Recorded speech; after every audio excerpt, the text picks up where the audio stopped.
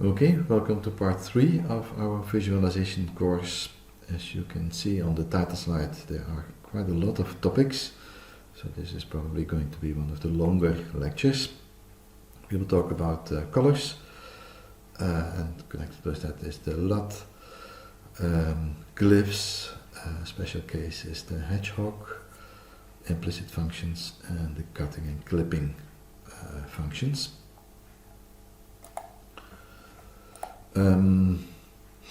Well, all of this has to do with visualizing volumes, what we also saw last week with the marching cubes.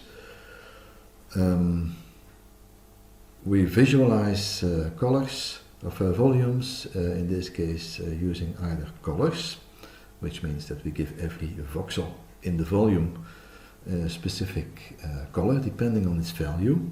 Remember that in the volume, which is usually coming from a scanner, for example, an MRI scanner, the voxels, they have values. They don't really have colors. The separate points in the volume, they don't have colors, they have values, which are measured by the scanner. And what we do is we represent them by colors. So we give every point a certain color, depending on its value. If the value is 10, then we make it red. If the value is 50, then we make it green, and so on. We can also visualize a volume by using glyphs. The glyphs means that every single voxel is shown as a small object on its own, a small arrow, for example. So that gives more information. If we represent every voxel with a color, that gives us less information than if we give it a color and a direction with an arrow. Well, we will see examples later. And we will look at cutting and clipping. Cutting means that you take a slice out of a volume, like you take a slice of meat or bread. And clipping means that you separate the volume in two parts and show only one part. You cut it in half and you show only one of the two halves. Well, there's a lot about colors this week, so we start talking about that. Usually, what you probably know is that colors can be represented with RGB, red, green and blue components, or RGBA, red, green, blue and transparency, an alpha value. But what we will see in this context is that we often use HSV A instead of RGBA, where the HSVA stands for a hue, which is the color. So it's different from RGB. In RGB the color is defined by all three components, so the red and the green and the blue. They all contribute to the color that we see in the end. But in HSV the color is completely defined by the hue component and not by the other two or three. So that makes it a bit easier to handle. The S is for saturation. That means how intense is that color, how bright do we see the yellow or the red or the green. Value means how light is the color, dark or light, and alpha, as you know, is the transparency. There is a program on SharePoint that can maybe help you to better understand what this means. It's called hsv.exe or hsv.rar, but the exe file is in the rar file. I have it over here. It's this program, and here you can see that the HSV components are on the left and the RGB on the right. Of course they are related. What you'll see is if I change one of the values on the left, the values on the right also change. So they are related. We can either use RGB or we can use HSV, but not combined. Well, okay. How does that HSV work? As you see here, the hue value, that is actually the color bar. And by moving this from left to right, you see that the color changes from red, orange, yellow, greenish, green, cyan, blue, magenta, red. And if you look carefully, you can also see that while I move the slider over here, that is actually the same as moving this line, this radius over here. And that's also why it goes from 0 to 360, because these are actually angles in this circle, and the circle also goes from red, orange, yellow, green, cyan, blue, and so on. The same colors as we have here. So to be short, the hue is the color. The saturation is how bright is that color. So now I chose color red, and it's very bright now. But if I make the saturation lower, you see that the red over here is getting paler and paler, and in the end it's white. There's no color left now. There's a lot of color here, and that's the same for example, yellow. Now the bar is very yellow, but it gets paler and paler, less and less color, until we have white here. So that's another setting. And then the value that makes the color lighter or darker. So it stays yellow and bright yellow, but darker, until black here and completely yellow here. So with these three settings, we can also define any color, the same as with red, green and blue. But this is more complicated. When I change this green,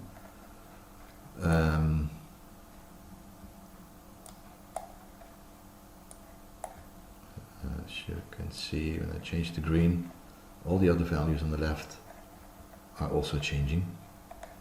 So yeah, using HSV makes it a bit easier. The color is defined by only one value and not by three values. That's why we use it. Okay. Then, yeah, as I said, in a volume we have voxels, like we have pixels in a picture, a 2D picture. We have voxels in a volume, and every voxel has a specific value, and somehow we have to convert that value into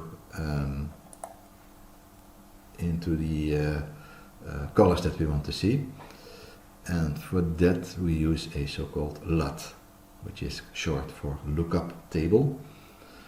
And in the lookup table we can say, like in this example here, we can say that the value 0, for example, has to be shown as green, and the value 75 has to be shown as blue, and the value 150 has to be shown as red, and 113 is magenta, and so on.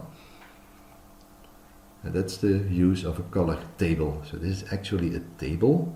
It's not a continuous range of colors, but you can see that it are all separate colors. You can see the transition here from one to the next. So there are actually 150 different colors here, and each value has its own color. So in a volume, all the voxels that have value 75 will be shown as blue. All of them that have value 150 will be shown as red. We use such a LUT to show the volume with colors. We will still see the whole volume, but we will see colors for all the voxels. We can use such a lookup table in VTK. In the mapper, that's the point where it is used. You remember, in the VTK pipeline we have a source, we have filters, we have a mapper, we have an actor, renderer, and so on. It's in the mapper stage of the pipeline that we use the lookup table. And here's some example code how you can define it. So here we have a lookup table that has a range from 0 to 150. That's what we saw in the example. 256 different colors. The hue ranges from 0.3 to 1. 0.3 to 1. So this is 0.3 and this is 1. If I go back to this HSV program, 0.3 would be around 100 in the hue range. So that's around, yeah, or more, maybe more 90, 100. That's this green. So this is the start of the LUT that you see here. This is the value 0.3 on the range from 0 to 1.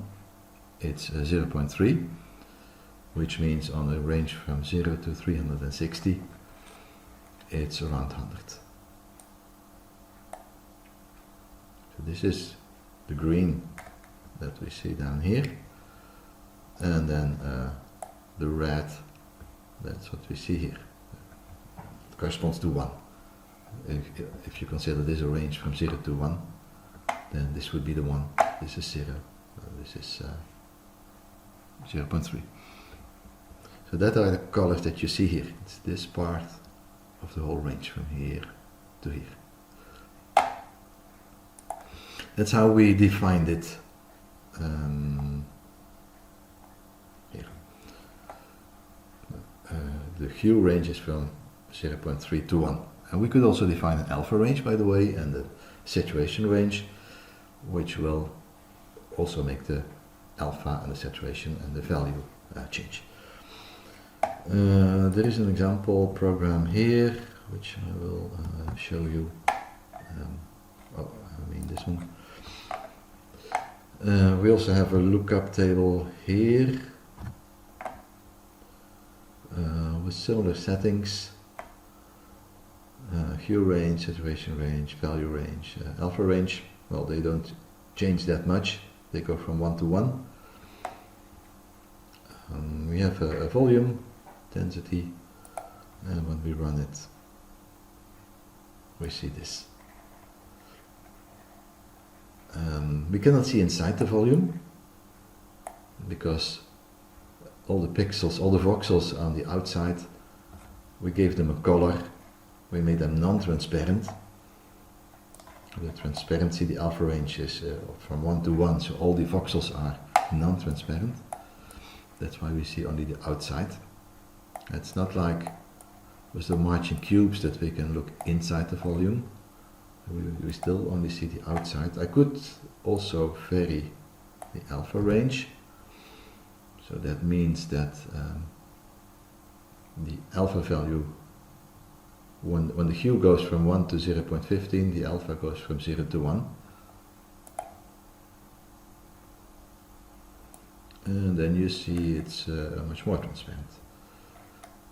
Now we can also see inside the volume a little bit. So that's how this works. You can see in the code. Here we make the LUT. In the mapper we use it. It's a lookup table. And the volume itself, that's this one. It contains values, but the colors will be derived from the LUT table.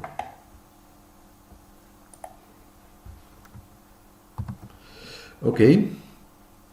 If you would want to make the color bar itself visible, the LUT table itself visible, then you can use a piece of code like down here. I'll not show that. Okay, as I said, another option is to show the voxels not only with a color, but we can also put a small object for each voxel. An example is down here. If you look carefully, you see that all the points in the voxel, they have a small line there. There's a small line. All these lines, they remind you a little bit of the hair of a hedgehog. So that's why they call this a hedgehog filter. It's like the needles that a hedgehog has on its back. So it's a hedgehog graph or a hedgehog filter used here. But we can make it more general. We can actually put any kind of object in a volume. So in this case, all the voxels are shown with a little arrow, and not just a line, but an arrow. Which is of course a lot more computation intensive. Each arrow has quite some polygons, where in this case if we use lines, that's only one single line defined by 2 points. So a lot less work to calculate this than this. Every arrow here has like 10 or 20 polygons, and we have a lot of these arrows. Here we have an example program that uses glyphs. I will first run it and then look quickly at the code.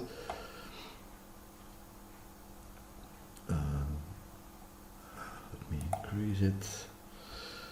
Here we have the same volume as before, but now instead of only colors we are using glyphs. You see it gets a bit slow because we have a lot of glyphs, a lot of arrows. When I zoom in, then you can clearly see them. For every voxel we have an arrow. They are different sizes, so the size of the arrow is defined by the value, and also the color is defined by the value.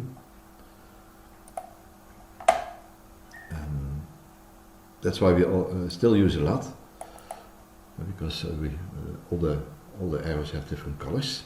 I don't have to do that. I can also leave it out. Let me do that. There is a glyph mapper here. If I don't use a lookup table,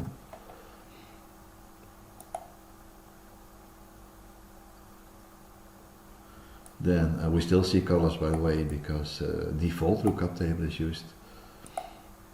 But I could define the lookup table that has the same color everywhere, only white, for example. What else do we have? We have the arrows here. It's a simple arrow source, nothing special, just an object. I could also make them spheres or whatever. I turn the arrow source into a glyph here. You see the source connection is connected to the arrow. The data input is connected to the reader of the file. The color mode is defined by the scalar. The scale mode is defined by the vector. So in this volume we have both values and vectors. I didn't mention that before, but we have every voxel has a specific value, but also a vector with a certain direction. That's how we can use the glyphs. If there would not be a direction, then it would not be possible to use a glyph. There must be a vector in each voxel. And there's a scale factor. If you forget this, then the arrows will be really big. As you see, it's not what we meant. So we have to scale them a bit. Well, then we go into the mapper. Like always, in this case we also have an outline, which you can see here. That's the white line that we see around the object. There's a special filter for that, and an actor and a mapper and so on. Okay. Then the last thing I want to mention is streamlines. That means that you don't show every voxel by one single arrow, or like I did before, but that you try to connect all these arrows into lines, so you can see like how the stream goes through the volume by connecting all these arrows. It's like, so that you can see how smoke goes through a wind tunnel, for example. You get effects like this. You can say, well, I want to see I want to start here in this point and then connect all the arrows, connect them with a fluent line, and then you would get this point here. If I release a particle here, it would go through the volume following this line, and in this case we have 3 of these lines, so there's another starting point here which would follow this line, streamline, and there's another starting point also somewhere here that would follow this streamline.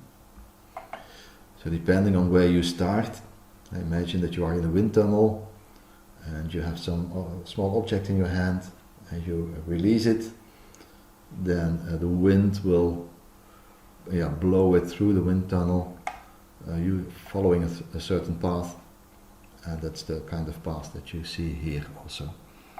There's a special algorithm for that, which is called Rangakuta, and that can be used for determining the path that the object will follow if it was wind.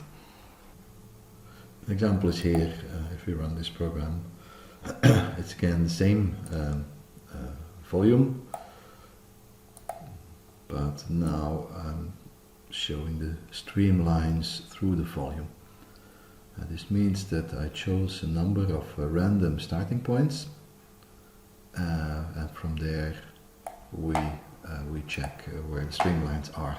In this case we have 100 points, which we call the seeds. That's where the lines start, and then we use the Rangakuta algorithm to calculate the streamlines, and using this kind of code we can